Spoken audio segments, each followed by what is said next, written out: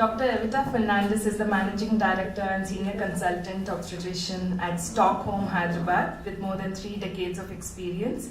She launched a 2-year professional midwifery education and training program and set up the Promise campaign, which is focused on professional midwifery services. Welcome, Dr. Evita. Priyanka Edikila is the director and co-founder of Birth Village, an independent birth center in Cochin. She is a certified professional midwife and a strong advocate of the midwifery model of care. Welcome. Dr. Vijaya Krishnan is the co-founder of Healthy Mother, certified professional midwife, and runs the autonomous midwife-led center in Hyderabad with a collaborative model of care. Celestina Cavender is a certified labor doula with over 30 years of experience in helping women and families achieve the birth they desire. She's a mother of 6, passionate advocate for women's health, and a BBN board member. Welcome, Celestina. Madhvi Lata is a certified childbirth educator and a certified lactation consultant with over 10 years of experience in hospitals around Bangalore. She's a mother and a mother-to-be and a board member of the Bangalore Birth Network. We will be joined shortly by Dr. Lata. Dr. Lata is the senior obstetrician at Rangadore Hospital. She is the secretary of the Bangalore RCOG Trust and former president of the Bangalore Federation of Obstetric and Gynecological Services of India. She's a strong proponent for midwifery-led model of care. She'll be with us shortly. Over to you, Asha. Asha Kilaro is a public health researcher involved in maternal and child health systems and movements in universal access to healthcare. As president and co-founder of the BBN, she has worked with NGOs for several years and served as advisor to the government of Karnataka. Over to you, Asha.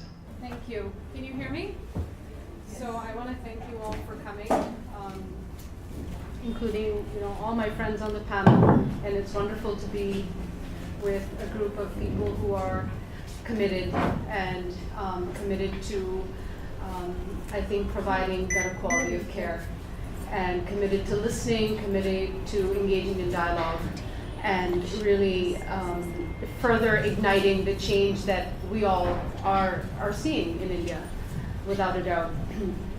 So before we start, so today's format is really meant to be more of a discussion. So the panelists are going to just take a few minutes each to kind of present a core perspective or a core aspect of these issues, and then we really want to open it up and have a discussion. So that's I want to keep that in mind, and it's really not meant to be a passive format of a lecture and that type of thing, which is why also we decided not to use slides and things like that. So the objective today is really to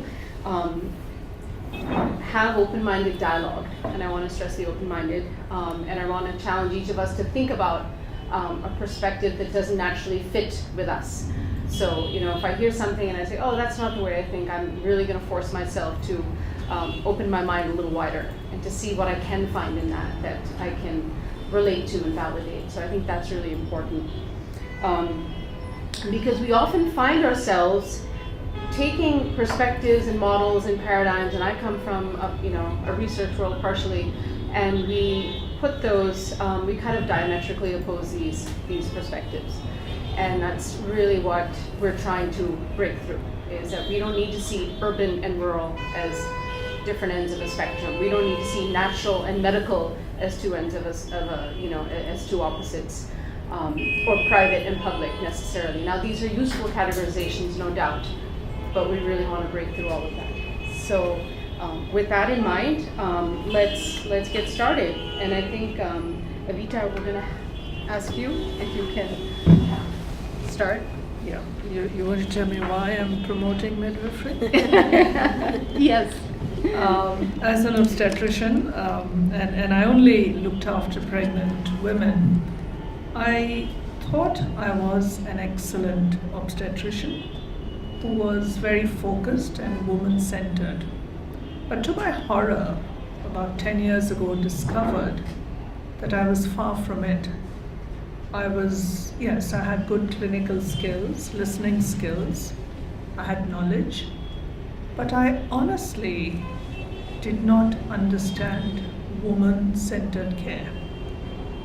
And when I discovered that, at the same time, I was very, very interested in reducing maternal mortality because our hospital had grown into a referral center and mothers were being sent to us and they were dying on us. So my interest in midwifery started from a different perspective. So we started the program because there was no program in India at that point. And having got into the program, I understood what midwifery was. And my approach to birth and understanding of natural birth took a 180-degree turn. And I realized I had to change. And India needs professional midwives. With 22 million births and violence in terms of obstetric violence, respect and abuse being all across private and public institutes, I said I couldn't continue doing what I was doing. So that is why I'm here today as an obstetrician. And I've been doing this now for the last few years, promoting midwifery, professional midwifery, helping the government train nurses into midwives in a district hospital. And thanks to the UK midwives, we've got Indy, who's devoted 2 years of her life to help us promote professional midwifery. I want you to understand, all of us obstetricians have been trained this way. Majority of us are not aware that we're doing the wrong thing. And unless we stop, listen to voices of women, reflect, we could be cruising along, patting ourselves on the back like I did for 2 decades, thinking we're doing a great job. We are excellent surgical skills, and I'm convinced we need to refrain from looking after the low-risk mothers. We need to get out of that arena, get professional midwives in to take over low-risk mothers. We work together with midwives when we are called in to help and jointly support mothers through natural birth. Example, a VBAC lady wanted a water birth. We worked together on that, and she enjoyed a perfect water birth. If she had asked me this 10 years ago, I would have said, rubbish, no way. But today, we've also helped women, 2 previous sections have a natural birth, which I would never have thought of 10 years ago. I'll only end by saying, with the evidence of the long-term impact on babies born through C-sections, or wherever there's unnecessary use of oxytocin, and we've become horribly interventional here. These babies are going to suffer long-term effects. There's enough evidence about that. So we are nurturing a generation that's not going to be healthy. So we need to stop. And as an obstetrician, I'm on the side of women and professional midwives. To tell you that I've done a 180-degree turn. Because these babies that we are pulling out of women's bodies through sections, their immunity is going to be screwed up. There's going to be an increase of eczema, asthma. There's a suggestion that these babies may have a higher incidence of autism. So we really need to stop, and we need women to scream and demand better care. Excellent. Thank you, Evita.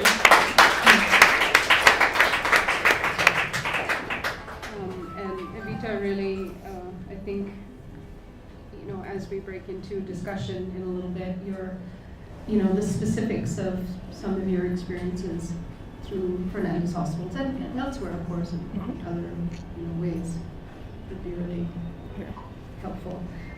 Vidya. So this is Vidya Krishnan, and I'm going to ask Vidya to So thank you for this opportunity and this wonderful platform here, and I think we have a wonderful mixture of audience as well. And it's wonderful to sit together with such a great panel of people who are all trying to improve the way we provide maternity care in India today. So I'm going to talk a little bit about the model of care, the midwife-led model of care, which we have been practicing for over 10 years now. It is a midwife-led autonomous birth center with a collaborative model of care that we practice. And a little bit about the background that we came into this with.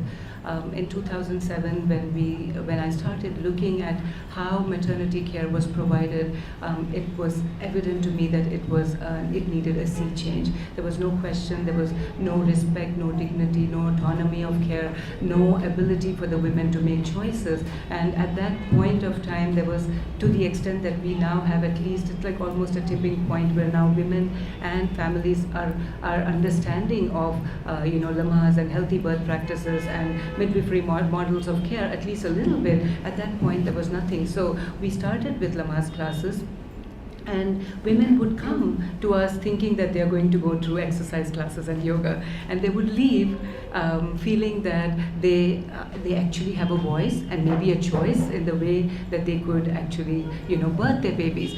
But then what also happened simultaneously was that they would go back into the same medical system.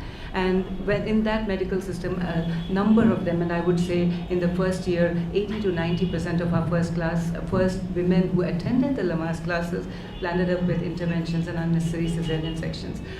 That led to us talking to people, and what we realized was that, and to me as a midwife, I think one thing is very clear, that birth for the better part is a physiological process. And you heard the doctor in the video talking about that 80% of women have, or the 80% of the time you spend with excellent normal births, and then a little 2% or whatever lands up being terror. So yes, there is a component of emergency care that is needed, but we wanted to give women that platform where they would have that undisturbed birth that they desire, where their voices would be heard, where they would be looked at more than a mere number, where they would be their circumstances, where the physical, the physiological, the emotional, the social, everything would be looked at as a midwife is trained to look at for. So this was where we started, and from my perspective, I also knew that we could not push the emergent needs into under the rug. We knew that emergencies would arise. So then this came to a point where we had to look at alternatives. I did want a birth center because that was really that out of hospital birth that we were looking for. But we also wanted to have a good collaborative model of care where in case of an emergency need, we would be able to offer the woman that safety net, so to speak, and we would have on site the expertise of obstetricians and gynecologists and other team members as they needed. So that's how the Sanctum Birth Center came into place in 2009, and we had lots of discussions. Dr. Jayanti, my now partner, we had lots and lots of discussions about how this could be brought into place. How could we meld the best aspects of the midwifery model of care and the best aspects of the obstetric model of care and provide the services in a way that was respectful. So also for us, we needed to understand what were our strengths, what were our weaknesses, what were the professional boundaries that we would have to go back and forth with, what were the referral systems that would be put into place, when would I be able to say that I can take care of a woman autonomously, and when would I refer to her knowing that this would be something that would need a collaboration. And that's how we landed up talking, and the birth center came into place. And the only other thing that I want to talk about is over the last 10 years. One thing is that my life has been filled with the resonant voices of women and their families who have told over and over again that this is what they want. They want respectful care. They want their voices to be heard. They want to make choices, and they want autonomy of decision making. They want a care provider who will allow them and sit with them as a family member and give them that encouragement that yes, they can do it. And of course, women in birth need strong women. I have no know absolutely as a midwife, this is what we work with, that women need strong women, and these strong women should have the skills, should have the ability to make good decisions. They have to have education, they have to have qualifications behind them, but they also have to have a heart. And with that heart, we work with the women day and night to get them the birth that they want. And this is what midwifery to me is all about. But our center works on, because we will have the collaborative model, we are also able to work with the higher risk women, and we do the, the diabetes or hypertension or twins, and we have done breech births as well. But it has come with the knowledge that we have excellent obstetricians on site, which we could not do without. Thank you. Vijaya's center in Hyderabad is really unique in that way, I would say, right, Vijaya? Of having this collaborative model, and it's a great, really rich experience that we need to learn from. I'm Priyanka to speak next. Yeah, hello everyone. It's really nice to be part of this panel and to be in Bangalore. I just landed 5 minutes back and I want to taste of Bangalore. I'm half what I read or what I won't read. I did read just before the panel started. So yeah, so I think for me, I would have to start from two small incidents that happened in 2007. I just about started off as an advanced childbirth educator, and it is very interesting because I went to at least 10 or 12 different institutions, big institutions in my city, with the curriculum that I had to teach, and I was rejected by all 12. The reasons that they told me were, you have to either change your curriculum, or you must promote epidural, or I must have a huge drastic change in the way I look at the subject. And I declined all 3. There was this one last institution that I walked out of, and just as I was leaving, the head of the institution asked me just one last question. They asked me, do you believe in this or not? The healthy birth practices, what we are all talking about a lot for the past 10 years. And I said, yes, I do. And I left. And from there, I started as an independent childbirth educator. And in 2000, there was one incident that really opened my eyes to what really was happening in maternity care with respect to choice, one. The second thing I saw was in 2010, there was this mother in one of my classes who said, I'm really interested in having the birth the way I conceive it to be. And I thought, why not? And that is when I was also researching about midwives and the kind of care they led in hospitals, out of hospitals, and I collaborated with the midwife regularly at that point in time, worked for about inside a hospital with her. Again, there were 2 things that opened my eyes again in 2010. One was, she had a great birth, there's no doubt about that. But there was one thing that I was appalled at was, there was around 40 or 50 medical personnel inside, all watching her vagina, which was a bit difficult for me. I've still not forgotten the gasp that they had when, as a midwife, we always encourage women to eat and drink in labor. It's only normal that you will definitely release your bowels when you're about to have a baby, but they were also appalled, and I could literally hear their gasp, and it was very, very difficult. At the same time, there was another incident that happened simultaneously. There was another baby who was a full-term baby, but who had anomalies. And that baby, the family initially made a choice for that mother that she will not see or hold the baby, and the baby was left alone there while the mother was wheeled out. And everybody literally from the nurse to the janitor, everybody would come in and look. And I also saw how there was no dignity even when this little human being was spending his last hour of life on this earth.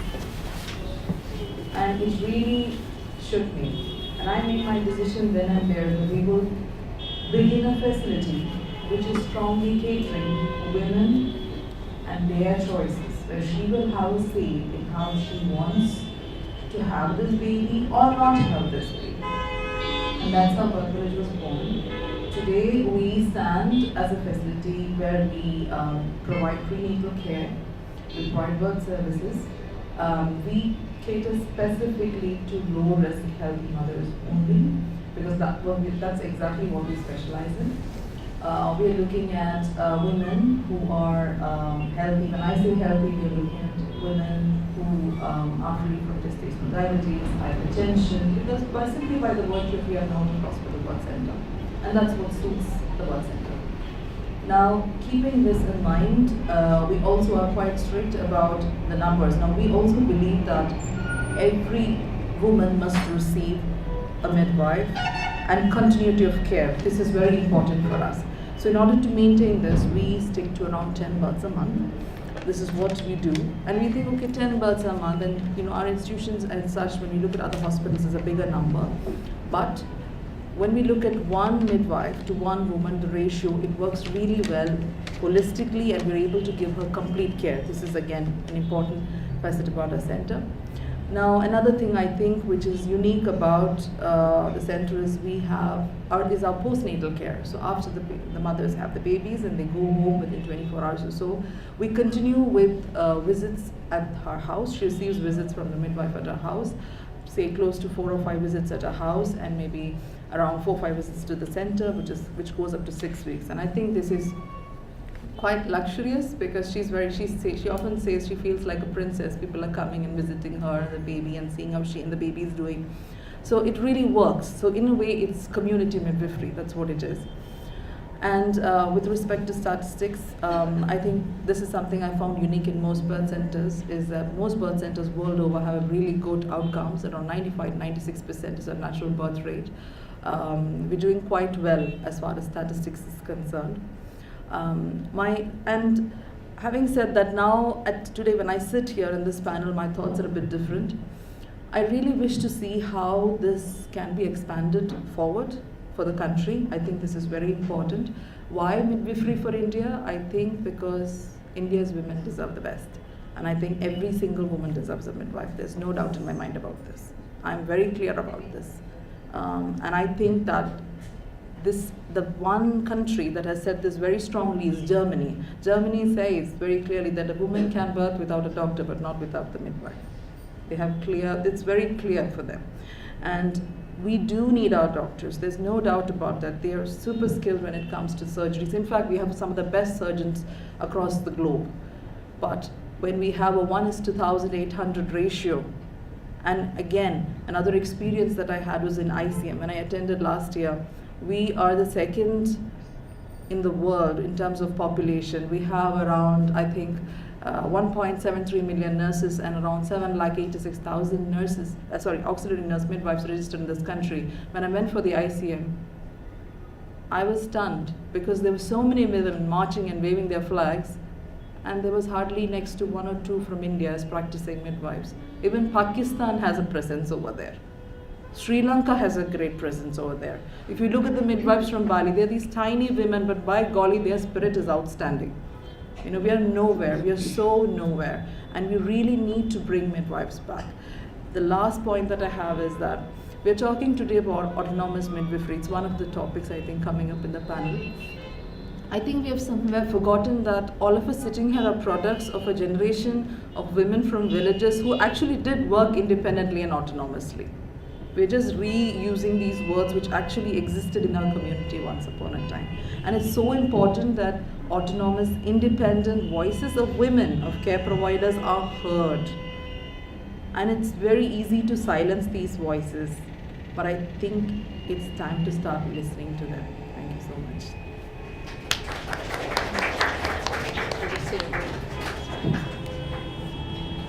I just wanted to say that that was really, thank you for sharing all those perspectives, and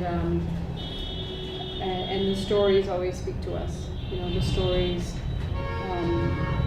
while we use a lot of language and in clinical work and research, but it's really the stories that give us the substantive nature of what's happening.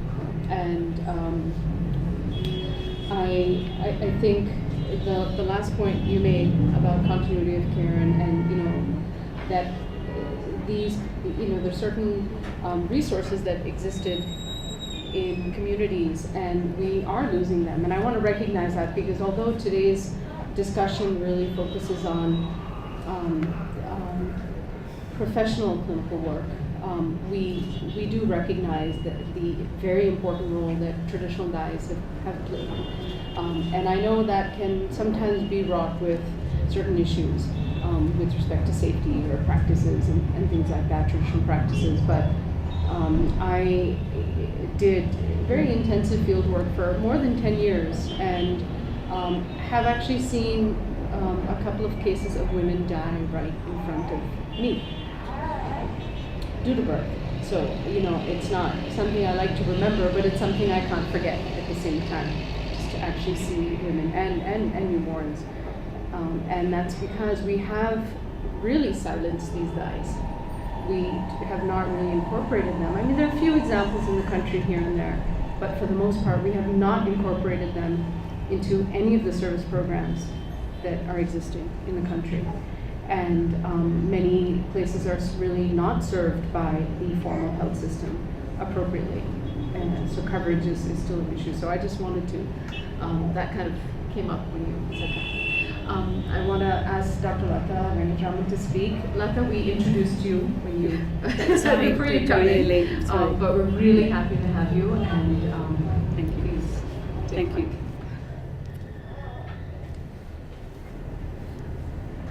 I should say good evening to everybody. Very heartened to be here on this panel, because we are groping again, finding common grounds to promote midwifery care. Evita has worked extensively, and all of you on the panel and the panelists here have worked extensively in this field. But have we made the way, or are we getting anywhere, is the question.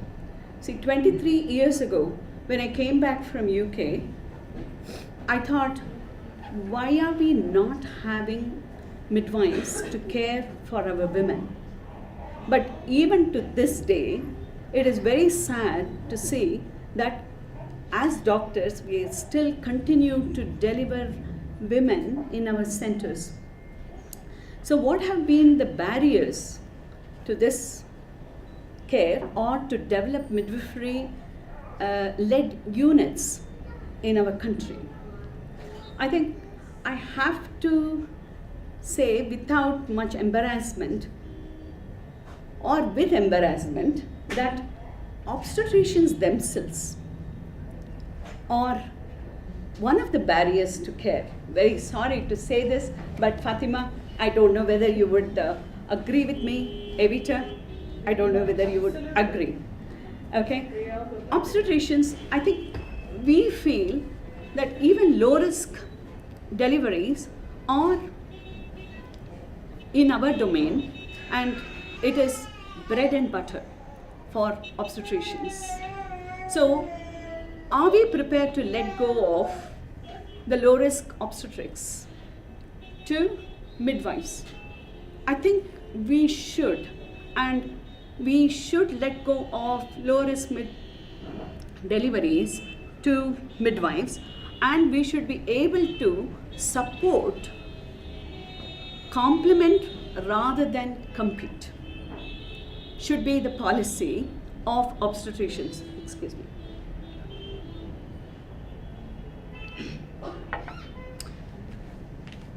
Many times when we have had doula or midwives coming from BBN and to our centers, and other visiting consultants have seen doulas or midwives managing deliveries, and if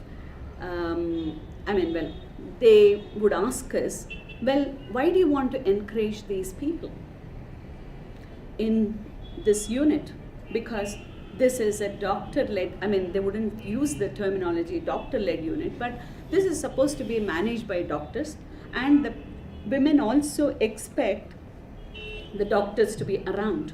And why do you allow doulas, etc., to manage labors? And if the lady got into problem or the child got into problem, if there were to be any intrauterine problems, who would take the responsibility? Would you be able to take the responsibility? And anyway, we tried to get doulas manage our labor wards a few years ago through a UK-based, what can I say, the collaboration work. But unfortunately, these questions, who is going to manage, I mean, especially from visiting consultants, would put people off and also put our staff off. So that was the problem. That was one of the barriers to care. I'm going to talk about barriers to care mainly, briefly, hopefully. And women and family, okay, they are also another barriers to care. The doctor who has seen, the specialist or the super specialist who has seen the lady throughout pregnancy should be there for the delivery. We run a group practice and we are 6 consultants, but it is difficult to make them accept other consultants attending their delivery. So lot of communication has to happen, lot of counseling has to happen even before another consultant attended, let alone midwife, accepting a midwife. And also it has become a prestige issue for women to deliver in particular institutions where the doctors cater the care, the super specialists cater the care rather than midwives. And they, the institutions also advertise it in a big way that all the deliveries are attended by specialists and super specialists. Are we going in the right direction? Are these the barriers to care? To midwifery care? And also, if centers are promoting cesarean sections, then you are moving away from midwifery care, respectful care for women. Insurance, it doesn't cover midwives.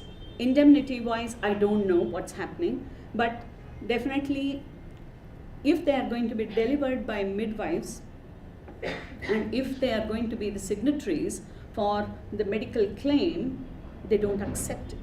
It has to be a doctor. So these are some of the barriers. And moving on, medico-legally, an obstetrician should be able to complement and support the midwife in times of emergencies. If she or he shirks out and says, look, it's a last minute transfer, I don't want to take the medical legal responsibility, I don't want to be assaulted. See, medical legal problems have gone up nearly 400 folds in our country. So are we safe with midwives delivering? Yes, we are safe, but how do we make the law more stringent to support midwives? Is there a political will, especially in the rural areas, to support midwives? It's very, very important. And also, whoever calls themselves as midwives, are they doing the right things? In the name of midwifery, are they doing the right things, especially in the rural areas? Also, even in rural areas, we are seeing lots of small nursing homes coming up where doctors are catering midwifery care. I wouldn't say midwifery care, care during labor, if at all labor happens. That's what I have to say. Yeah. So there are lots and lots of barriers to care. So over the last 23 years, have I made any remarkable progress? It's very, very doubtful, because the system, though we have done it in a very small way, the system has not sort of allowed us to do things. And also, for example, corporate setups, if we wanted to have a midwifery unit, when I was heading the Fortis, I put forth a midwifery unit as one of the priorities. But they were not very willing because they wondered who will take the medical legal responsibility, whether the care, the standards of care will be maintained, and whether the other consultants will accept it and things like that. So lots and lots of barriers to care. So how do we address this? I think this forum would be a good forum to see how we can complement as obstetricians and midwives in caring for women. It's very, very important that we bring in this change. There is no doubt about it. If you saw other countries, I really feel sad. Why should our women suffer like this, not get optimal care? Why should we medicalize the pregnancy? Pregnancy and delivery are privileged functions, and a woman is designed to get pregnant and deliver most of the time normally and have respectful care. Why are we making it pathological? So all these are barriers to care. We have to see how best we transcend these barriers to give women the best. Thank you. Thank you, Lata, and a lot of really important issues there, really practical and policy barriers, legal, insurance, acceptance within, among birth professionals, acceptance by women and families, because you're right, that's also one aspect of it. And I think a lot of education and awareness is needed. I'm now going to ask Celestine Cavender to speak. Thank you, and hi everybody. Sorry, I didn't put my glasses on. Okay, I've been a doula for the last 30 years, and I really respect Dr. Lata, what she just said. A doula is basically a woman's servant. So I'm a servant to the mother, and having my own kids kind of motivated me all the more to be more passionate about what I do. Just coming back to one point which the doctor was saying about why are doulas a threat to the doctors. Here we are actually making things as simple as possible for the mother to birth naturally and normally, and we don't do any medicals, so we actually should be working as a team to be able to help that mother to deliver that baby. But yes, there is resistance in the hospitals with the OBGs. It's not very easy.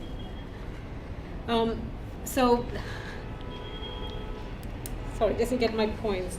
So there are two different types of doulas. One is a labor doula, which I am, and the other one is a postpartum doula. There is another one also, which is also called the comfort doula, which actually is, if in case there's a death, the doula, actually comfort doula, comforts the mother and is trained for that.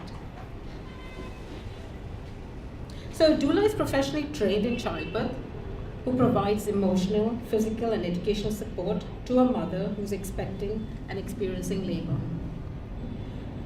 A doula's role and purpose is to help the mother to have a safe, memorable and empowering birthing experience, which includes, an empowering birthing experience, and this has a positive impact on the labor process. The labor process actually is reduced when the mother has positive input. My relationship with the mother begins when she is few months into labor, into the delivery, where I can actually help her, we kind of bond a relationship, we get to know each other. If she has any fears, she's able to open up, talk about it, which unfortunately with the OBG, she doesn't have that opportunity to open up, talk about her fears, because the time is limited with the doctor's appointment. I really also appreciate Dr. Fatima, who's actually gives that mother that opportunity to birth at her own space, her own time.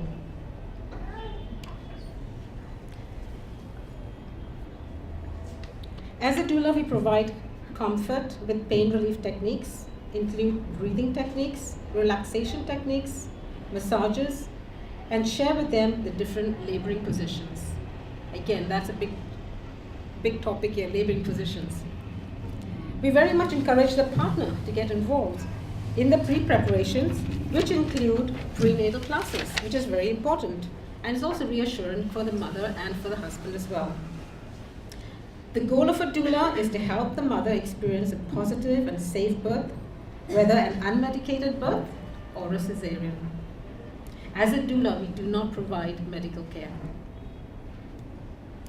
After the birth of the baby, the doula will spend time with the mother to begin her breastfeeding journey and the bonding between new baby and the family. Studies have shown that having a doula as a member of a birth team decreases the overall labor by 25 to 30%. So we actually need more doulas, please, here in India. Thank you.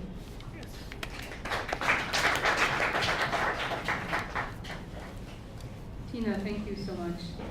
Really, really important perspective, and there are so few labor doulas actually available. So it's a really important area that we need to bring into these discussions. I'm going to ask Dr. Madhavi Lata to speak, who's a childbirth educator. Good evening, everybody. And I am a Lama certified childbirth educator and also a certified lactation consultant. So initially I started as wanted to do prenatal yoga classes because my basic qualification is physiotherapist.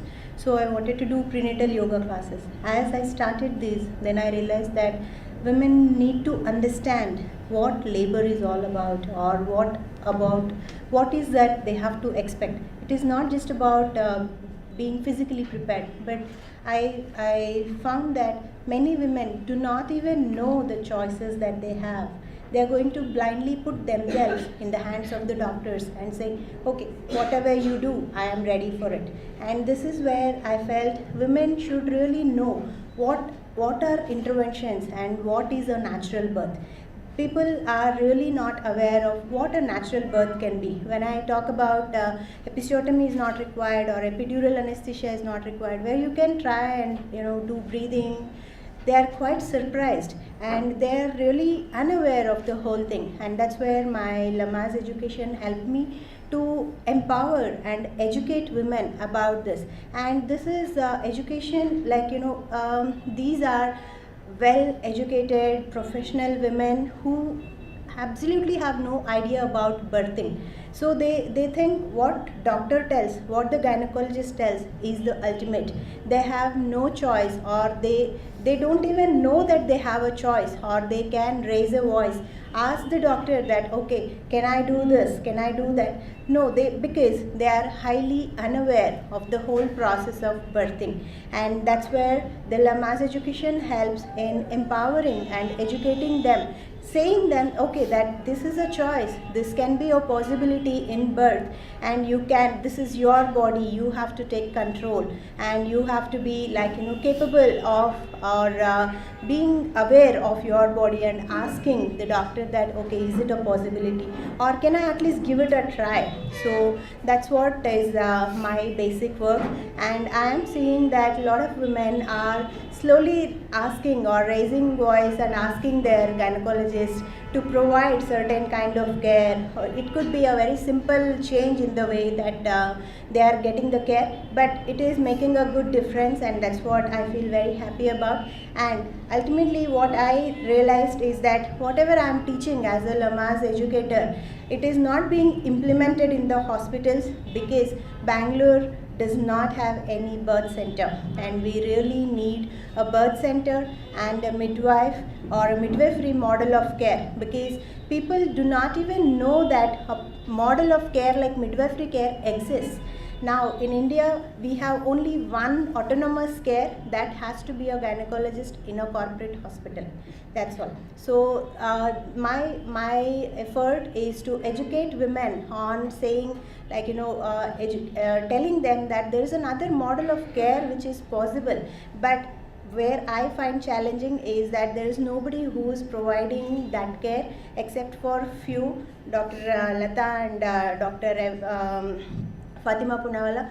Other than that, I don't see anybody who is doing any kind of natural birthing in Bangalore. So may I request Dr. Evita and Dr. Vijaya to please come to Bangalore and extend your services here. We really need your expertise here, and we also need your the midwifery care and more of doulas and more of obstetricians who believe in natural birthing. That's all I want to say. Thank you. Thank you, Madhvi. Again, really important issues around childbirth education, because it is really a key component in transforming how care has to happen. We have a couple of other people who actually wanted to speak. I think, is Usha? Yeah, Usha's there. Yes, hi. So, Meghna, you want to make an introduction? Okay, fine. You have it here? I don't have her introduction. She would be able to introduce herself. Yeah, why don't you do that? She can do that.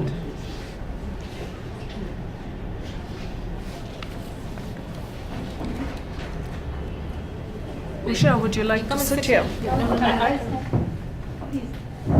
I'm Usha Bukande, everybody. And as Madam was saying that we should have a natural birthing center in Bangalore, we started a natural birthing center in Indore. It's a small center. And what made me to start it was, I had two ladies who came to me. Earlier, we had started a counseling center way back in 2012. I am a member of SOMI, Society of Midwives India, and also we have a chapter, Indore chapter of Society of Midwives of India. So every time we would attend conferences, we would say we should do this, we should do that, but we were not doing anything. So we said, let's start a birthing counseling center from the college. So we run a nursing college which has BSc nursing, MSc nursing and PhD nursing also. But we thought there will be two benefits. One, women will get one-to-one with the midwives, that counseling, and the second will be our own students will also learn. So that we started another one, and we were motivated. And then during this time, I had two ladies who came to me, my own small daughters, my daughter's friends. One had a very good experience. She was in Australia, she and her husband. Throughout pregnancy, she was with the midwife, she had all the care, and she never saw the face of a doctor, obstetrician in Australia. There are midwife-run centers. So her own mother, who is a doctor with us, she told me, why don't you talk to Gunjan? She had such a good experience. You are already running a counseling center and we can think of it. During this time, there was another lady who was a physiotherapist with us. She had gone to UK, they were postgraduate, she was in the US, and she had heard about all this. And she went to Vijay Krishnan to learn. She and her husband, they were in Indore. She wanted to have a normal natural birth by her own efforts. So she went to learn Lamas from Vijay Krishnan, came back. I didn't know that time. She went to one of the doctors and she told the doctors, I want to have my own decision when I have the birth, etc., etc. The doctor promised, okay, you will have that. But when she came for delivery, that particular doctor was not their senior doctor, some junior was there. So that junior doctor, when she came, she said, okay, you lie down. She put a drip. She said, I don't need a drip, but she put the drip. Then she put the continuous monitoring. She was asked to lie down. She said, I don't want to lie down, I want to walk around. That is what I have been taught. She said, no, you need this. Then she says, she came to do my PV examination and I saw an instrument in her hand. Then she was out of her distinction. She said, stop. These days, no patients can tell the doctor to stop. But she told her to stop. I will not allow you to do this. My membranes will rupture when they are going to rupture. So that doctor got very angry. She called up the doctor, senior doctor. She said, your patient is behaving like this with me. She said, okay, leave her, let her do whatever she wants to do. I will send another doctor. So another doctor was told, counseled, that don't do anything, let her take the decision. So she did take the decision, and she had her baby, little problem. So both of these ladies, when they came to, I invited them with my team, they sat there with me, and they told their own experiences. So that was the day I thought, Indore needs a natural birthing center. So we started the natural birthing center, and we have the same problem, Dr. Lata, that the barriers, obstetricians, our patients, ours is a kind of corporate hospital, it's a private hospital, and patients are admitted under doctors, although in my center we call them mothers and not patients, but still the doctor will come to deliver the patient because patient, they feel that we are paying to the consultant and consultant only has to do the delivery, although we call it birth and we don't call it delivery. And they are there and they have all those bad habits, push, doing the episiotomy, not allowing the companion with the mother, and not allowing them to take fluids or anything, all those things. But still, my team, I am fortunate that I have my own teaching staff as well as those midwives who are little assertive. They have learned to be little more assertive, and they stop the doctors from doing these things. And they don't listen. We had those girls there in SOMI conference.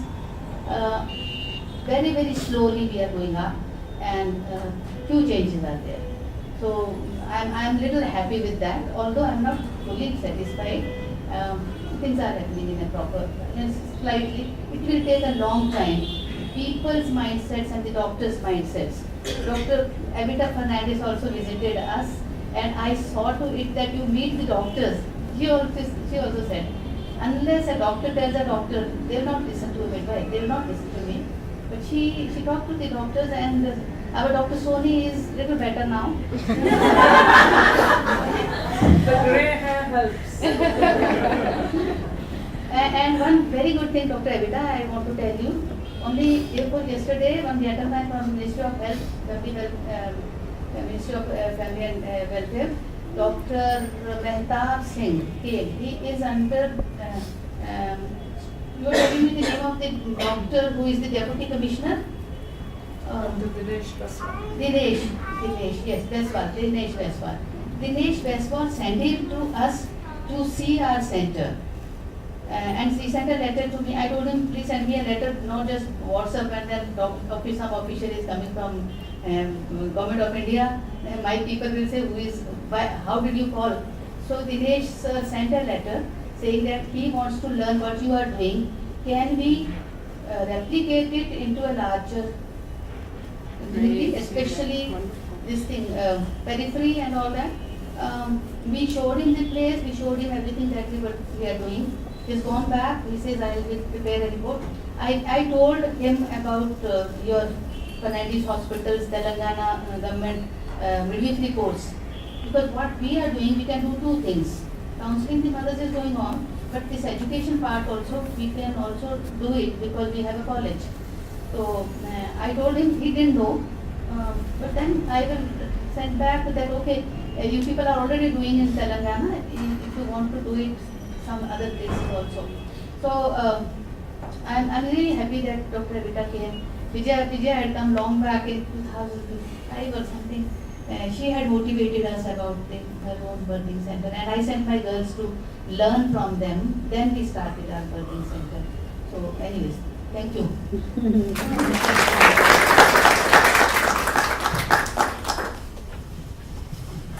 Thank you, Usha. That's really inspiring. And it's great that, if Indore can start, so many places can start. So we need to see this expand. So we'd like to just open up for discussion, questions, comments, and I'm hoping that we'll also hear from Indy Kaur is here. She's a really experienced midwife from the UK and has been working with Evita in Hyderabad and in Telangana, in Karimnagar, right?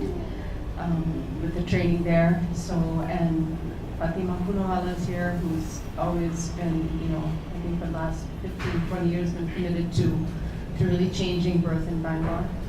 So, and everybody else. So please feel free to ask and say pretty much anything, respectfully, of course.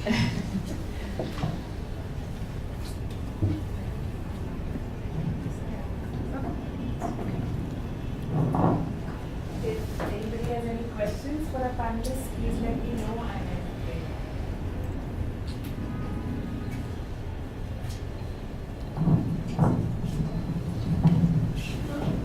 See, some of y'all are mentioning about choices. We do have women who read a lot from Google, comes the birth plan, like a choice. If you go to a cafeteria and you want coffee, you want tea with milk, you want coffee with no sugar. So I think this really puts us off. To me, you take a flight, you choose the right airlines, you're sure go to the track record, and then you leave it to the pilot. You don't tell the pilot how to drive the plane. So the same thing, I think, when women come, asking for choices, they should choose their obstetrician and then leave it to us. Trust is the fundamental thing when we can perform best as a caregiver. Whether you work in the rural or private care, but I think trust building is of course the obstetrician's duty. But the women too have to give us that trust to perform the best. What I find in the corporates, that women have this thing, I'm paying and I will decide what I want. It doesn't work like that. Some of us have given up corporate care to start our own birthing center, where ultimately I take the responsibility. And the women who come to us should understand that when we take the responsibility, they have to trust us and let us perform the best. I think I have my Section 8 I take pride in, all because the women who come to us trust us. I have a place which is surrounded by corporate hospitals. Mine is a very simple place. So whenever somebody walks into my clinic, I know that she wants something different, not corporate care, and I think that makes us perform. So I think as, I don't know what Lata feels and Evita, but the trust is the fundamental thing which makes us perform very well. Do you want to? Yeah. Fatima, I am afraid I don't fully agree with all that you said. Trust is important. Trust between a woman and a midwife. Trust between a woman and the obstetrician. But what I've learned over the last few years with midwifery is we need to hear that woman. It's her birth. How would she like her birth to be?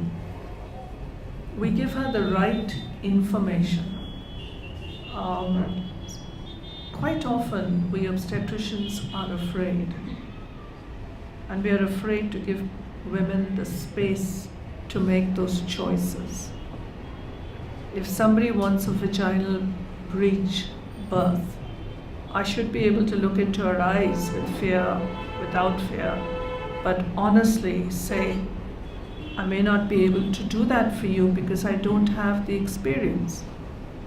But maybe you'd like to go to somebody else for that, to exercise that choice. I'm just using that as a very simple thing. But I feel it's important we go through a birth plan talking. If it doesn't work because of blah, blah, blah, blah, do you trust that we make the right decision for you and your baby? I feel it's time we obstetricians give women that space. Sorry,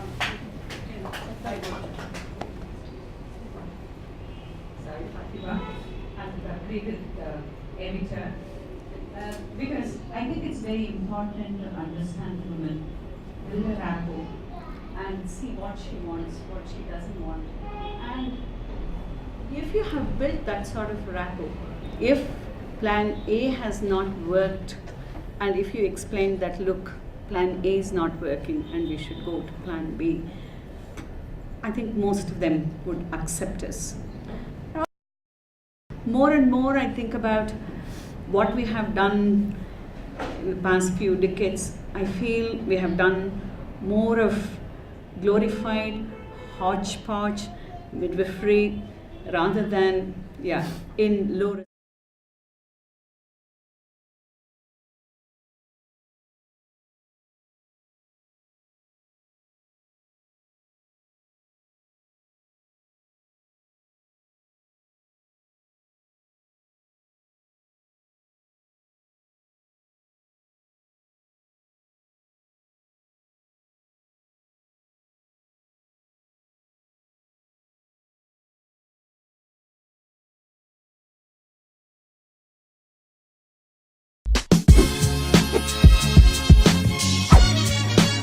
safer for them to deliver with midwife rather than the specialists or super specialists who will medicalize the pregnancy.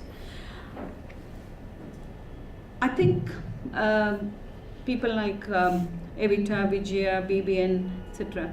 How much can we be involved with women education to accept midwifery in low risk pregnancies is what would be the important issue.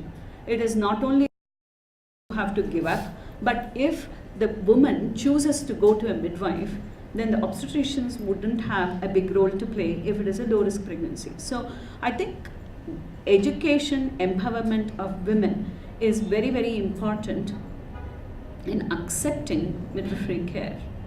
And also institutions providing midwifery care is also another important aspect. Don't know what people feel. There's just maybe one small incident I can put with that. There was one mum who we saw on her list when we take the intake history. She mentioned she switched care 10 times by the 5th appointment or so. She's probably, what we read in Google as doctor shopping, right? And when she came in for appointments, at least I think we saw her 4 times, and all the 4 times she never allowed us to touch her belly. She just never allowed us to touch her belly at all. And that is kind of, you as a care provider, you feel, okay, why is she doing this, and what is it that's making her refrain?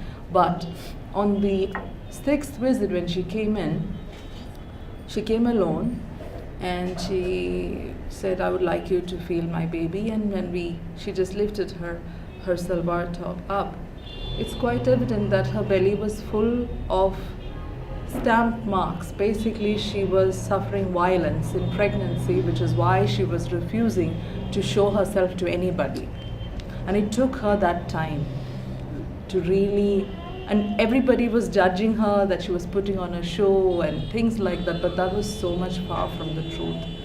And it really takes us a lot to create that space for a woman of abuse to open up. It really takes a lot. And there's sometimes more that meets the eye, and we just can't write women off just like that. There must be something way more deeper than that. Ma'am, I would want to say that when you say about the trust factor, it is the trust when the doctors or the gynecologists are doing cesareans where it is really a medical reason, ma'am. And most of the times I see that the cesareans are happening because of convenience or because of time constraint.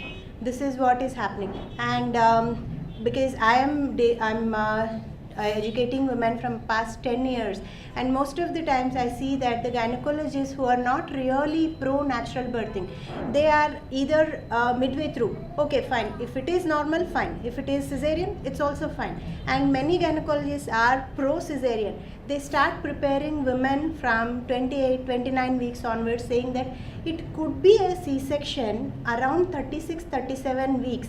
This is what is reducing the trust on the gynecologist, ma'am. But if the gynecologist is really pro natural birthing, they are trying to educate or really guide women right from day one. be it on the lifestyle or be it on the diet or be it on the weight gain. They are guiding the women in all the aspects. It's not just looking at the baby's growth and all. So that kind of comprehensive or holistic care is what is missing, I feel. And the most of the cesareans happen because of comfort or convenience or the time constraint. That is what is increasing the cesarean rate, and it is got nothing to do with the trust factor. So they all trust their gynecologist so much that they fail to look at around the other factors, and that's when the gynecologists, most of them, I'm sorry to say that, but most of the corporate gynecologists are kind of exploiting women and making it convenient for them. I've seen a gynecologist who has done a C-section just because she has to go attend a party. So where this woman was nicely dilating around 6-7 centimeters, she said the baby's heart rate is dipping. This that created a big ruckus around and did a C-section just because she had to step out for a party. So this is what is wrong. The trust factor. This is where the gynecologists are losing the trust, because one case, 2 cases like this happen, and then the word of mouth spreads, or the Google, it spreads, and that's where the women stop really trusting the other gynecologists who are really pro-natural birthing. Otherwise, definitely women do trust their doctors more than they trust themselves. Any other questions? But I think before we go to the next question, or later on, Fatima, maybe, if you can relay like a specific instance, or example, because it is an important issue, I think, and I'm sure many physicians, we talk about midwifery care, but let's face it, we do not have enough midwives in the country to provide midwifery care for everybody. So we are looking at changing the way OBs are practicing as well. That has to happen. Midwifery care can be practiced by other people than midwives. So maybe if you can speak a little more specifically to this issue that you're talking about. I think every profession, you have to have a passion to be a good practitioner. In Bangalore, we don't have midwives. We obstetricians believe in natural birth, and I practice like a midwife. I just don the hat of an obstetrician when something goes wrong. What's wrong in that? We don't have midwives, it'll take another generation to have, but we obstetricians can become midwives. When I say trust, I think the 9 months is there to build the trust. And I have women who will change the doctor because she didn't like a word that somebody said. I think it's not like that. Trust is understanding your doctor, and as we understand the patients. So just because, I'll tell you, women come with an insurance card, unlimited insurance. They don't like something, they'll hop to another doctor. This is not what is trust building. When I say trust, it works both the ways. There are instances where I have told my patient that, I'm not comfortable with you, you're not trusting me. So, we spend a lot of time in building that trust. We are not some mercenaries. I'm there to offer my service, and I believe I'm going to do best for my patient. So I think you have to see from the obstetrician's point of view as well, that we are trust building, and the woman should take it up. If she's not happy with something, ask questions. I think the women who come to us, most of them are the Google goers. I also go to a place where, by choice, they don't have money, so they come to that place. It's run by a mutt. There women don't know anything. They trust that I will do the best. And both, wherever I work, I think our outcomes are the same, because they trust us. Whether she pays me or she doesn't pay me. So I think that is trust building. So the women have a responsibility also to create that rapport with me. So when I say trust, that is very important. You have a baby, you want to deliver, but you have to give your caregiver that trust. So I think that point goes missing when we all demand that, we should be looked after well, but you have to give that trust to your caregiver. Anybody want to add to that? Yeah, I think. Sorry. I hear your pain. No, I'll tell you why. Because I'm someone who had a baby. I trusted my OBGYN. I think in the larger scheme of things, and I've spoken with my friends about this earlier, all said and done, the reason why I had a normal birth, not a natural birth, but a normal birth, a vaginal birth, was because, to a great extent, because of her guidance, right? At the same time, today, when I sit in a forum like this, when I think of, why didn't I ever pick up the phone and find out where I could go to a Lama's class? Or why didn't I ever try to find out if I could get hold of a doula? I read about birth plans. I was the quintessential Google goer. I went back and asked questions. I was told, don't read too much. Very nicely, but told that. I still kept reading and I kept going back, and my strategy changed to say, I know you're going to scold me for this, but I'm still going to ask you this question, right? And she figured that, okay, this one is going to ask questions, so I might as well answer it. I think the whole thing about trust is what Madhvi talked about as well. It's commendable that we have someone like you sitting in the room who says, I'd rather, even if I am an OB, I would rather play the midwife role for most of the time when an OB role is not required. Unfortunately, very sadly so, there aren't a lot of OBs who would say that. That's the tragic part of it. That's one part of it. The other part of it, and which I also have a question for the panel, is what Dr. Lata talked about, this whole thing of the barrier in the minds of the women and their families. I have to be attended to by a doctor, and not just by a doctor, by the senior doctor. I went through that hierarchy myself. So there were times when the senior doctor would not be available. The lady who was training, also a doctor with enough experience with her, would see me and then she'd say, oh, okay, yes, wait, doctor will see you. And till the doctor saw me, during every visit, I'd be like, is she really going to see me? Am I going to go away after I'm meeting this lady only? There is no basis whatsoever for that question. There was nothing that so-called junior doctor did that would make me feel like this was less than. But I did. And I'm saying, I really would like to hear from people in the panel, how are you breaking this barrier? Because this is, and I'm sure this is not just India, we are very hierarchical, we are very class conscious, but I think that's true the world over in different ways. And the question I have really is this whole thing of trust building. How do you do that? And how do you actually change the perception of some of the people who come in? So I think trust is a two-way street, and I think as a society there needs to be that raising of that consciousness.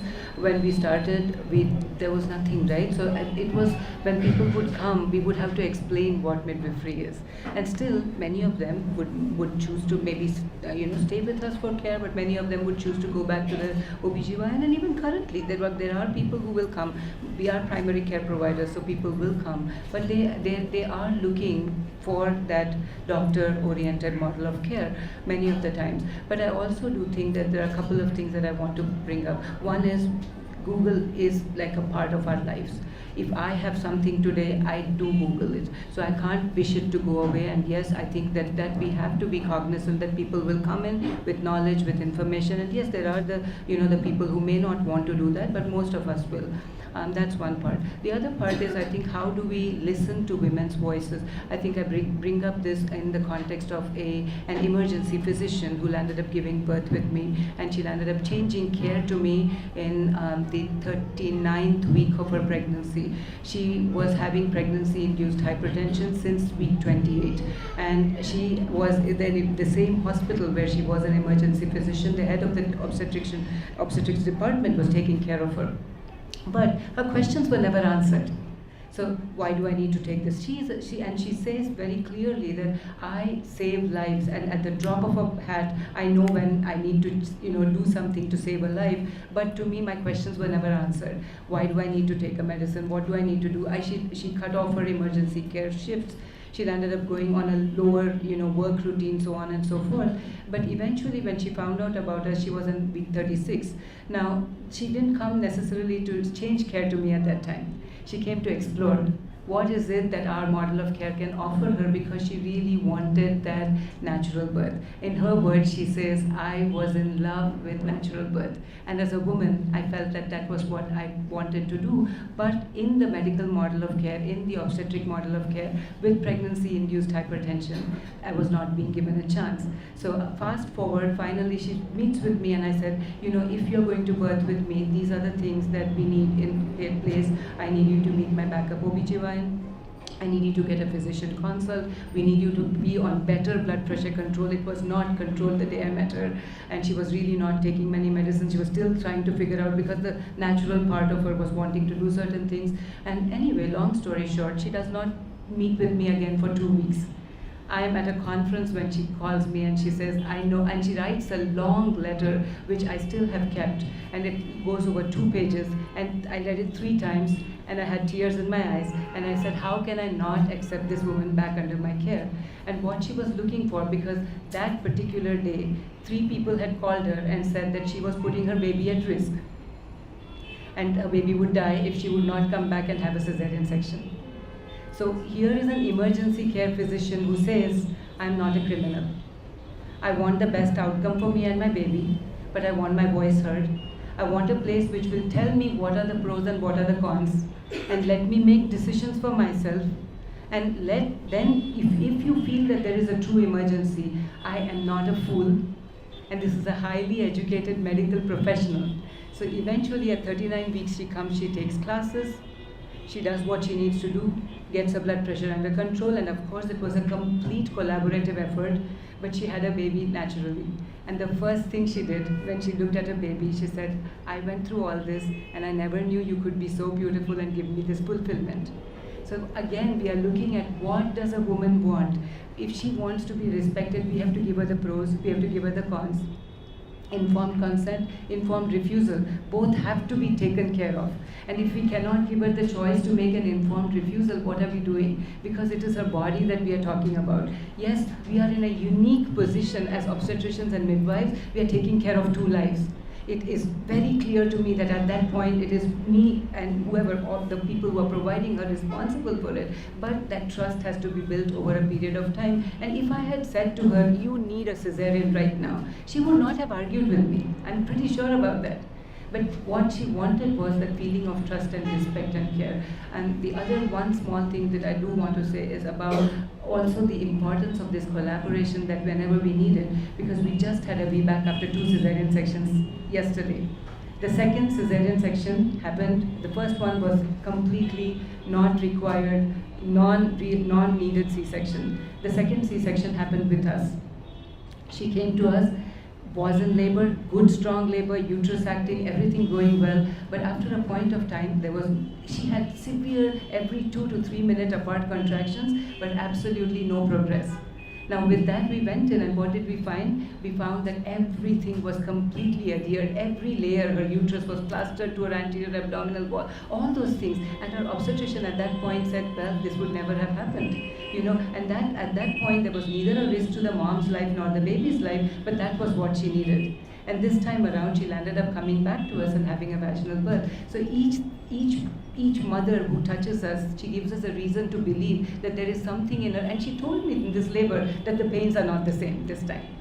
So there is a lot of evidence that goes into what the practices are, and as obstetricians, as midwives, we look at the holistic picture. And yes, I think we need to trust women to make choices for themselves. Can I answer the lady's question? Yeah. She wants to answer. Okay, after.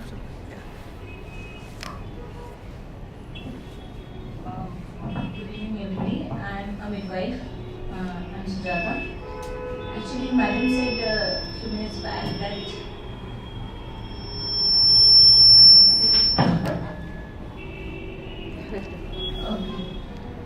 she said that there are no midwives, not many midwives, and the obstetrician should take the midwives. But Madam, I would like to say that there are many midwives.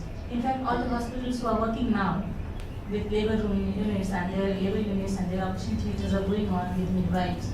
So they are midwives. We have nursing and midwifery training in India at all levels, like we have primary care providers and we are preparing independent midwifery practitioners also. But unfortunate is that what we have discussed, like Madam has said, that we don't have practice laws.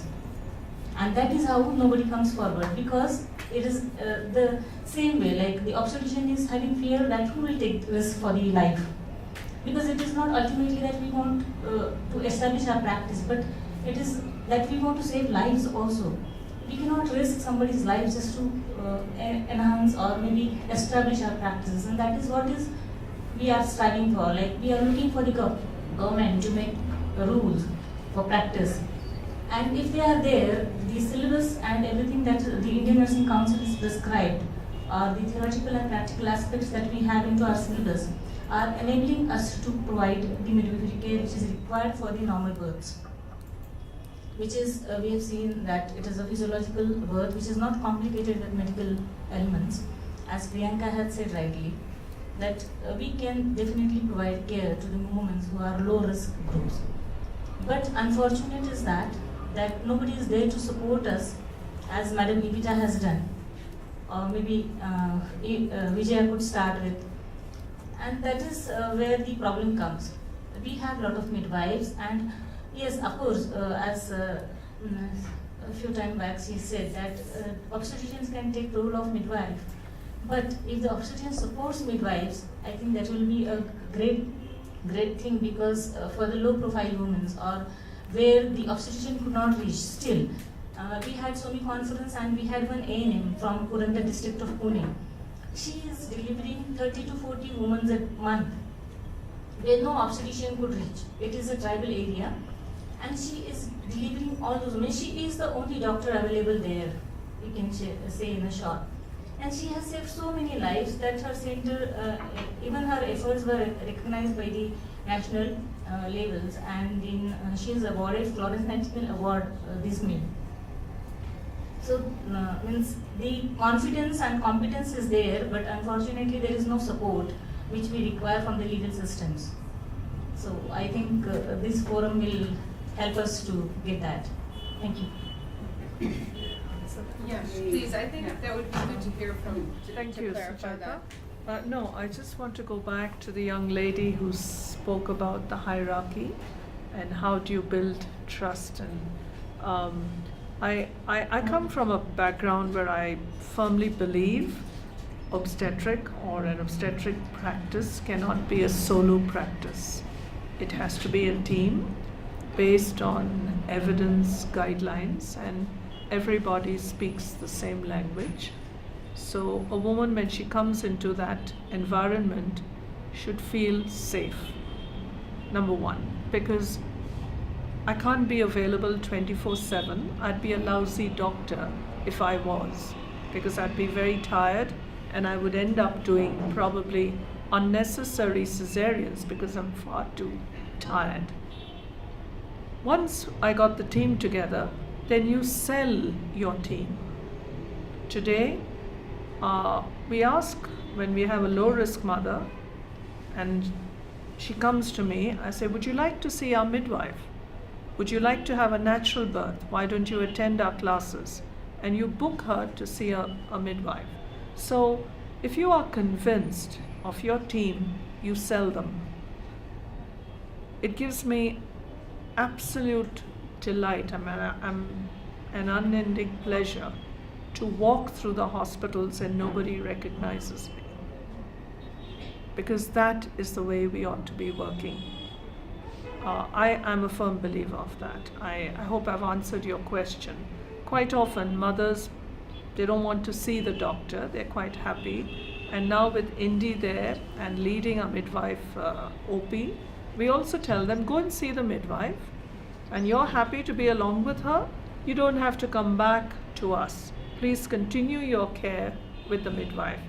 If you ask me what I visualize for India, I visualize a day when every woman who's pregnant sees a midwife first, and only if required sees a doctor. That's what we are aiming for at Fernandez.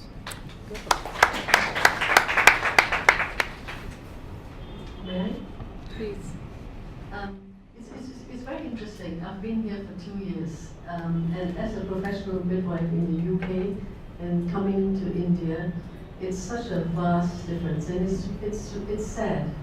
It's sad because our Indian mothers are not given the chance and for healthcare professionals to let mothers believe in their ability to birth. So the first thing, mothers birth. Mothers don't deliver. Pizzas are delivered. That's the first thing.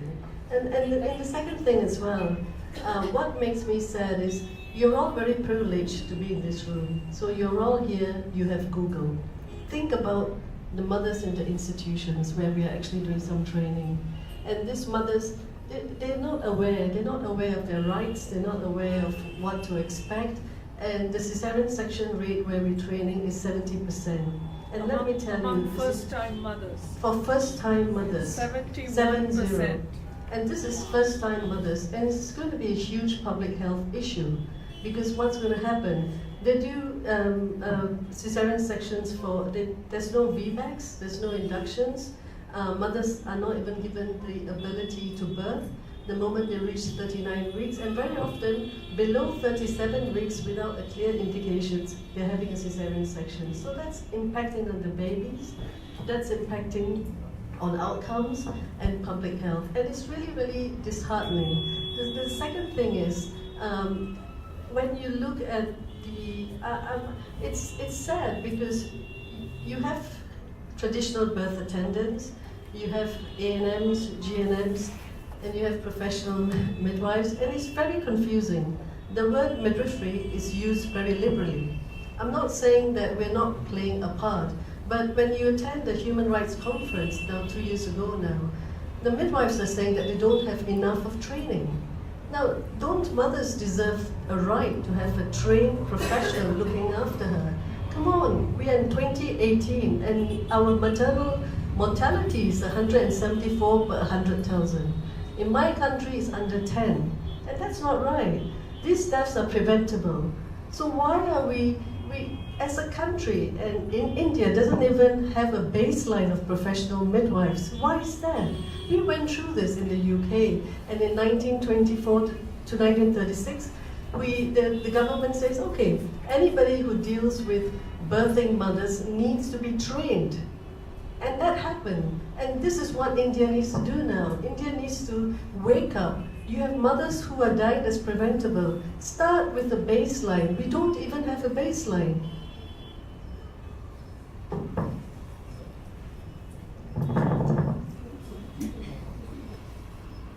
It's very political, socio-economic, political, I think.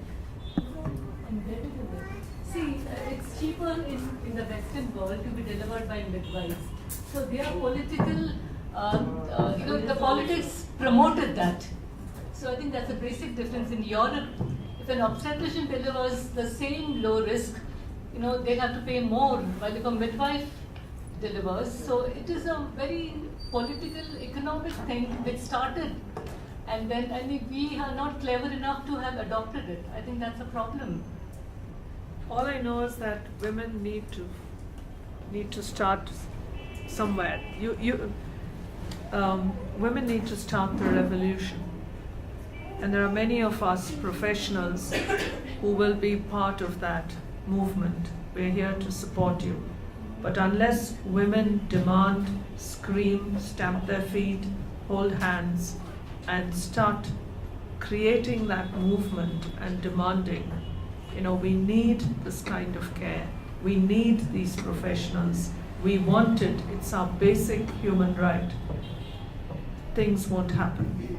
Because wherever major decisions have been made and change has happened, it's been led by women. And you're right, like Vijaya, you said that the mother was saying, if you don't do this, my baby will die. The language that healthcare professionals use, you're only 3 centimeters dilated. How does a mother feel? You've got an incompetent cervix. How will the mother feel? Failure to progress. how will the mother feel? It's the language that we use unknowingly that's really psychologically damaging for women. Women need to celebrate, women need to own their births, but do we give them the opportunity to do that? I don't think so. The language that we use, why do we do certain procedures? Why do we need a light when we're doing a vaginal examination? Why? What do you need to see? Because a mother actually, in the UK, we opened up a clinic for sexual survivors, and mothers actually said unknowingly, why do you need to put the light to healthcare professionals? Because it made her feel violated again. Women who've been abused tend to go through the abuse when they come back to the pregnancy period. And unknowingly, the language that we use, one woman said, a healthcare professional said, be gentle and it'll be over. And those were exactly the same words that the rapist had used. So we really need to be very careful with the language that we use. So now you know what India has done to us at our hospital. Yeah, good one, I think there's also one more thing which you mentioned is we generally, now this is because I think majority of the women here are visiting doctors, and we have a fascination with the specialist doctor. We have to accept that.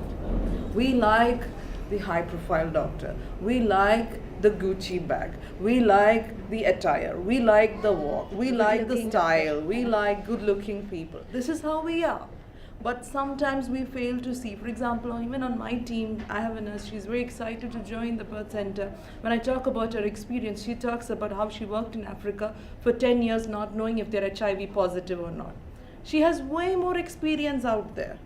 It's just that sometimes, unfortunately, in the last 40 years, the onslaught of English has been very big in this country. A lot of our nurses and auxiliary nurse midwives may not speak Oxford English, but that does not mean they are any less in skill. Yep. They're not any less. They may not speak like us. They may not be vocal. They may not even know what is the apps and things like that, but they are no less in skill. In fact, they might be way more kinder than what we imagine them to be. It's just that they're always pushed aside, what we call bullying at workplace, all this, and subordinated day in and day out, that they just lose it. That's it. They may not be reading journals because, and again, this is also documented. 45% of, as per the WHO report in 2016, Midwives' Voices, they say 45% of them are exhausted out. They're tired and exhausted out. There's even 20% that is working on other jobs to supplement incomes. This is another issue altogether. So I think we really need to look beyond English. We need to connect with other care providers because they might actually know more in the real sense of the word. You wanted to make a comment, right? Yeah. Just about the language and the trust. Yeah. So you mentioned how the language that is used is so demeaning. I mean, and that's not only at the time of birth. Even now, okay, so during my first, just to give you a little background, my first birth, I was sailing through until 38 weeks. I had no complications, none whatsoever. And around the 38th week, I was told that I might have to start preparing, or maybe 37th week, that I would have to start preparing for a cesarean. I was so disheartened and I was so determined that I did not want to go through this. I saw 5 doctors. I mean, through the whole pregnancy, I've seen 5. After that, I saw 3, and took a call based on. And I was the first time mother, so I mean, there was that fear. I was not sure. 2 out of the 3 doctors said, "Why would you even, show any kind of distrust to the doctor? Why would you second guess his or her decisions? You just have to go with the cesarean." And that's how I ended up in that. But I was depressed for the longest time. I've still not come to terms with that. So we went to 3 doctors. The first one was the regular doctor we consulted, and he was the one who said there's fetal placenta solution. yeah. And then so we went to a second doctor for a second opinion, and he found no fault at all. He said, no, it's a perfectly normal condition, so you don't need to do a C-section. Now that we have 2 doctors saying diametrically opposite things, so there goes trust, right? And so we go to a 3rd doctor who doesn't even do a check, and she just says, no, if a doctor says something, you just trust them. And so here's one doctor saying, you lose your child if you don't do this, so then there's a fear factor. Yeah, no, and these were the top 3 rated doctors in Pune that I met. That did not work. Secondly, the language that was used was, yeah, if something goes wrong, it's on you. I mean, if the child dies, it's on you. I was at the receiving end of that. That was my first pregnancy. Now I am 8 weeks pregnant. I'm on the lookout for a doctor for the longest time. I've met 2 doctors. So one of them tells me, my simple question was, I got my blood work done, and I wanted to go the natural way where I did not want to take supplements. So all my levels are normal. My simple question to the doctor was, in spite of that, do I need to take any kind of supplements? The doctor said, see, you have to take it. I'm not prescribing. I have experience. I'm not prescribing it. So that you don't take it if you haven't already started, and if something happens to your child, if he develops any kind of neural tune problems, it's on you. How am I supposed to trust any? I mean, when your trust is abused at every stage, the language used is against you. Like Beauty also said, I mean, you know that the system is against you. What are you? Google is not against you. You know that much. I mean, I don't know. They don't have private. Yeah, so that's, you know, it's such a struggle. I called you. In fact, yeah, that's a different story. Yeah, I will. So unfortunately, I moved from this side of Bangalore to the other side, to North Bangalore, and I'm having such a hard time. Otherwise, I mean, to find a doctor, but this is the story. It's very, very hard. I've met 7 doctors so far, OB-GYNs, and in all the bigger hospitals, and I have run into no luck so far. Say hi. Hi. Hi. It's a comment here. Very nice.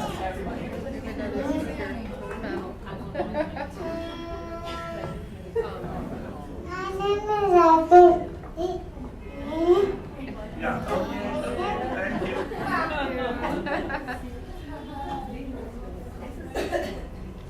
I guess just a bit of background. My name is Janvi. I'm an economist. And I was exactly one of those people, who question a lot. And I did somewhat of a circuit of doctors in Bangalore, but I got fed up of that search pretty fast and went to Vijaya in Hyderabad. So a few comments. One is about trust. See, one thing is just if you take the group of doctors, we know most patients in India blindly trust their doctors, and in urban India we've said it's well over 50%, I would guess, right? So, first of all, that says, you shouldn't be trusting the doctors, would be my opinion. But even if you take at the individual level doctors, even the ones who have a good reputation, how few of them back that up?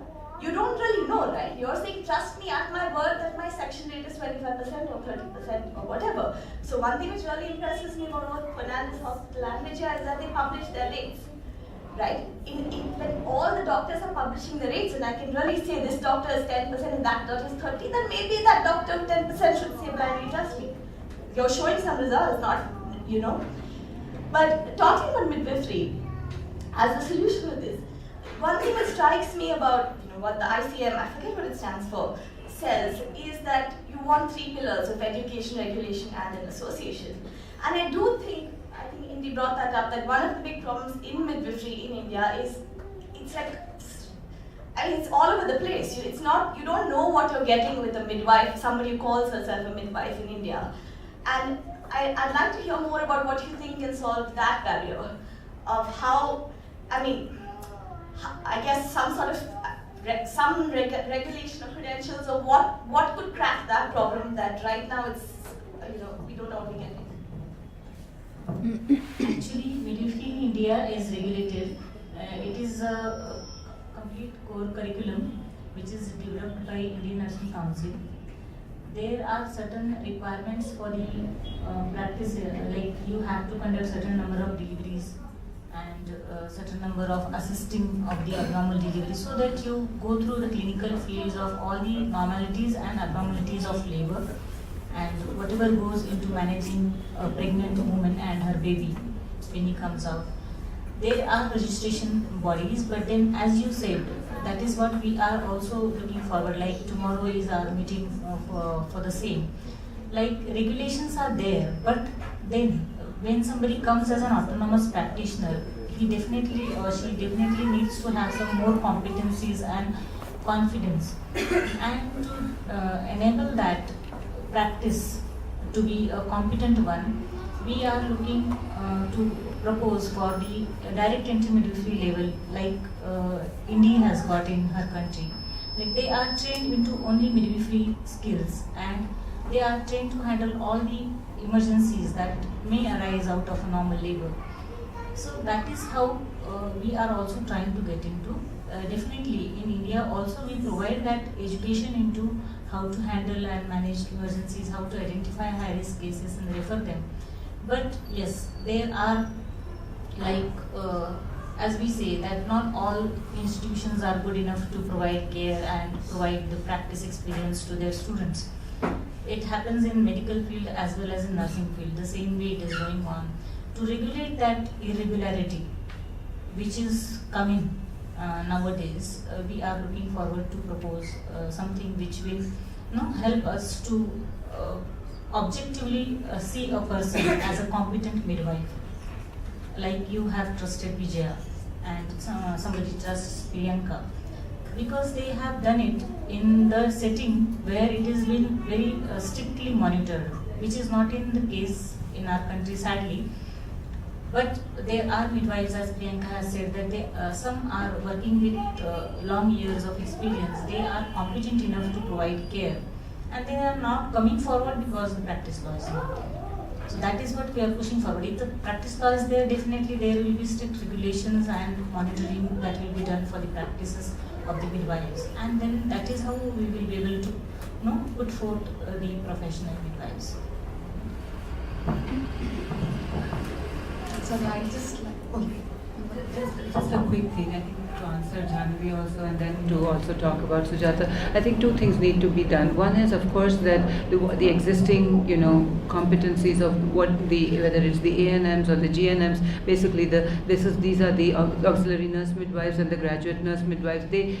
Because we have approached it from a nursing standpoint, I just believe very strongly that those people can be trained into becoming the kind of midwives that the woman needs. See, my one issue, I think, where we have to look at it strongly is where you have been trained. Even for those who have had the curriculum competencies, you're being trained in the same medical model of care. So if we as midwives have all got to come together and provide similar kinds of care, and yes, it can be in different settings. Birth can happen anywhere. It can happen in a hospital. Again, it's what Dr. Evita said. The woman has to feel safe. Some women will feel safe only in a hospital with a doctor. Some women will want to birth at home. Some women will want to birth, and we have, and rightly it's been pointed out, in rural areas, people may not have a choice. So I think we need to identify as to where the lacunae are and raise up the level of midwifery as to standing with women. Without that, we are still providing and saying, okay, if I say, yes, this ANM has 12 years of experience, she may have birthed 500 babies, in the rural areas because other medical support was not available. Let's not lose that skill. Let's take that skill up, but then upskill her a little bit into getting those core competencies to provide that with women midwifery. And I think Dr. Evita has done a bit of that, and in this process, and India has helped with the rural training. So I think one aspect would be to give that extra 18 months or whatever of training to the existing midwives and get their clinical skills and competencies up. The other thing would be to again try to push for this direct entry midwifery, because many of these women who come into the direct entry midwifery may not have a scientific background, but they have the passion. So I think they're coming at it with life experiences, they're coming at it with skills, and if we can get those women who are coming into it with some good curriculum and get the legislation involved with that to accept midwifery as an independent profession, that would be great. That's an important point. Priyanka, do you want to speak about that as well? Nursing, midwifery, and direct entry, midwifery, and maybe? So I do agree with all the points that Vijay has said. There's no doubt in my mind about direct entry. I think it's really important because I've always seen midwifery and nursing as separate. It's really important and this is how the world works, right? I know in India we have a long way to go, but the world definitely works like that. We must have different cadres of midwives in this country, hospital-based, independent midwives, all different categories. I do feel that the time is right to implement the curriculum and move things forward in that direction. Yeah. Yes, please do. That was a very important point raised, Janvi, and we feel very strongly about the need for regulation, standardization of curriculum, because as everybody agrees here, every woman should be offered the best care and support. So the midwife has to be highly skilled, competent and confident. I'm working with the government of India, who actually is ready to push professional midwifery across the country. We're trying to get the government to understand one thing: you cannot cut corners on the quality of training, because politicians want fast. And when we say minimum 18 months, ICM is International Confederation of Midwives. And the definition of a midwife has to be strictly adhered to. And so therefore, you've got to have a professional who has these core competencies as outlined by the ICM. So it becomes a kind of a global bar that we've set for ourselves. We're also trying to work with the government and say direct midwifery is also required in this country. And I agree, because over the last few years I've met various women who've joined and become professional midwives, as Vijaya says, because of different experiences. But that doesn't diminish nurses who go through focused training in midwifery and practice only midwifery. So the government at the moment is poised for this, but our fears are, will we dilute the standard of training? We need regulation. We need strict laws that control what we do, because ultimately we are dealing with two lives. And we shouldn't at any stage be settling for anything less. Again, women need to demand. I just have one. Yes, please go ahead. Yeah. Before I go to the question I have for the panel, I just quickly like to say my experience in a couple of things. But I was a first-time mother in 2016, and my very obvious choice then was the doctor who helped my mother deliver us 35 years ago. So I blindly trusted her. There was no doubt of trust here. And so I was back with the same doctor after 35 years. She has seen us as babies, and I'm there as a mother, as a to-be mom. So the journey of 9 months was great, and I had no complications whatsoever. But during labor, the whole story was different. I ended up in a C-section with the same doctor who was 35, who treated my mom 35 years ago. So with this, I'd like to quickly ask a question to the panel. There's something that has changed over time. It is the same person, the same system, the same doctors, or the same qualification. But something has changed over time. Are we able to recognize what is the root cause here? What has changed over time? One thing that always comes to my mind is the growth, the phenomenal growth in the pharmaceutical industry. There has been a phenomenal growth there, but definitely it comes with its pros and cons. But that is one thing I've always felt.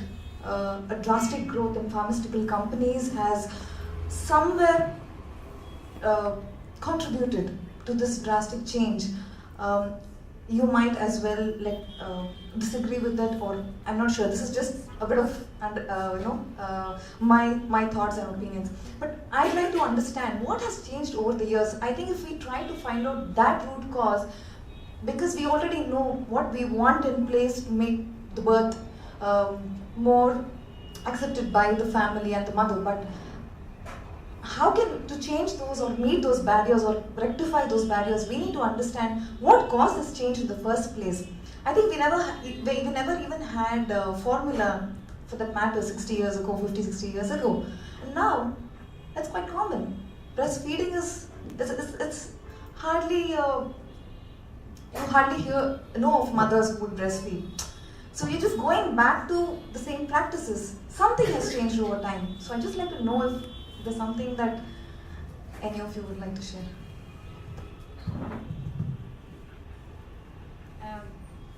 Obstetric practice has changed over time due to various reasons. One is the medico-legal battle that doctors are getting into.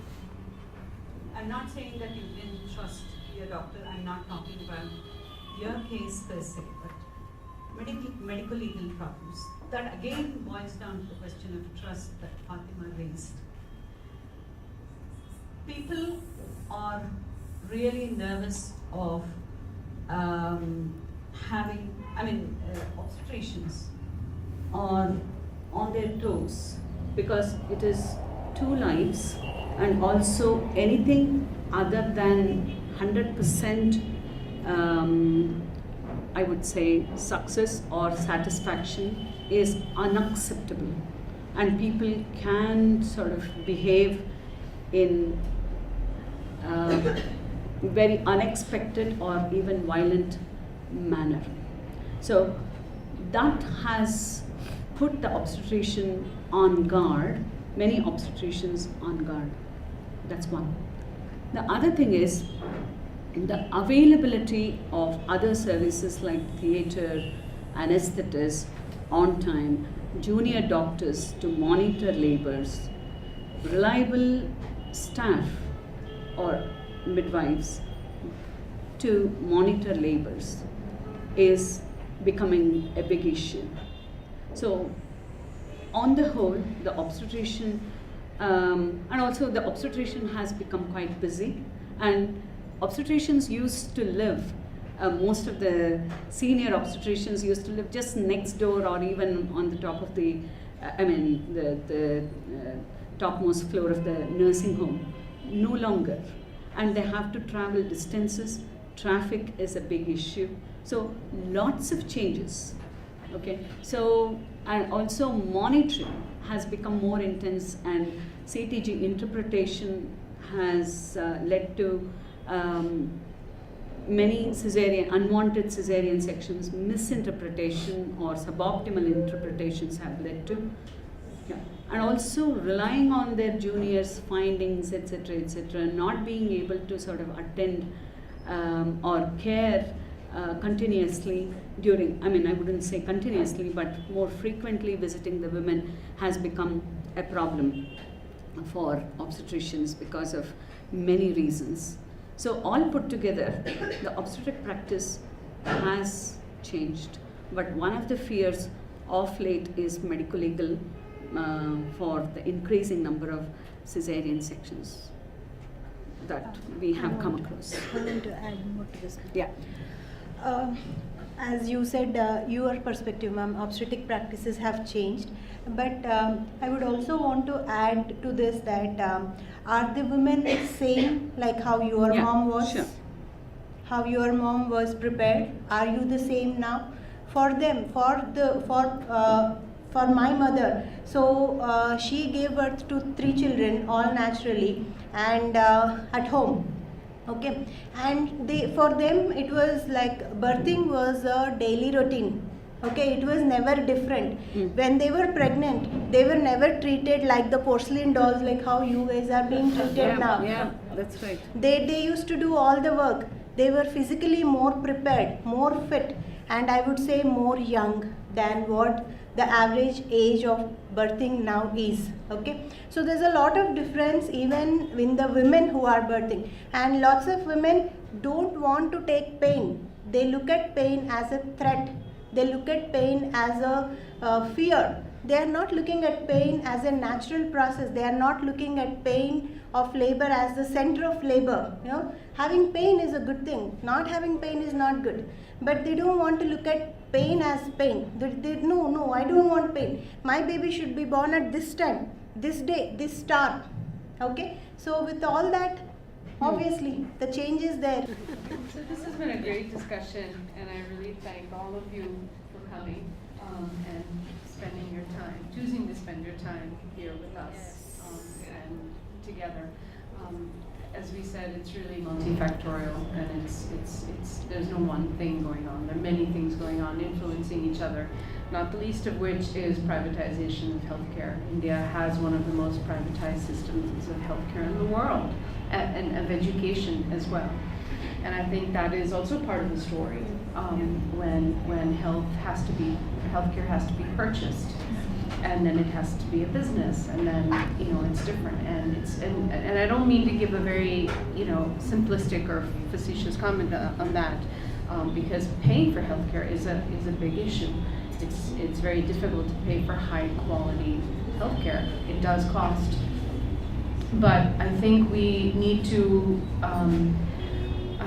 kind of as we wrap up on a note of really hope and energy to change, I think we have to, as Indy pointed out, many have pointed out, we have to remember the women who aren't in this room and will maybe never be in rooms like this. That's really important. So it's not just my pregnancy and my birth or my choice maybe not to have it. I'm so glad somebody raised that as well, right? Because we get asked that question as well as BBN. What about women who need pregnancy care or abortion care? So this really extends throughout healthcare. I mean, we see this throughout healthcare. There's a lot of healthcare that is really not evidence-based, is very disrespectful. That's an area we just kind of touched upon here a little bit today, but it's very central to the work that I think we all do, really to one, prevent disrespect and abuse, but actively promote compassion and care and respect. So let's not forget that. Adita, can you just close out the program for us?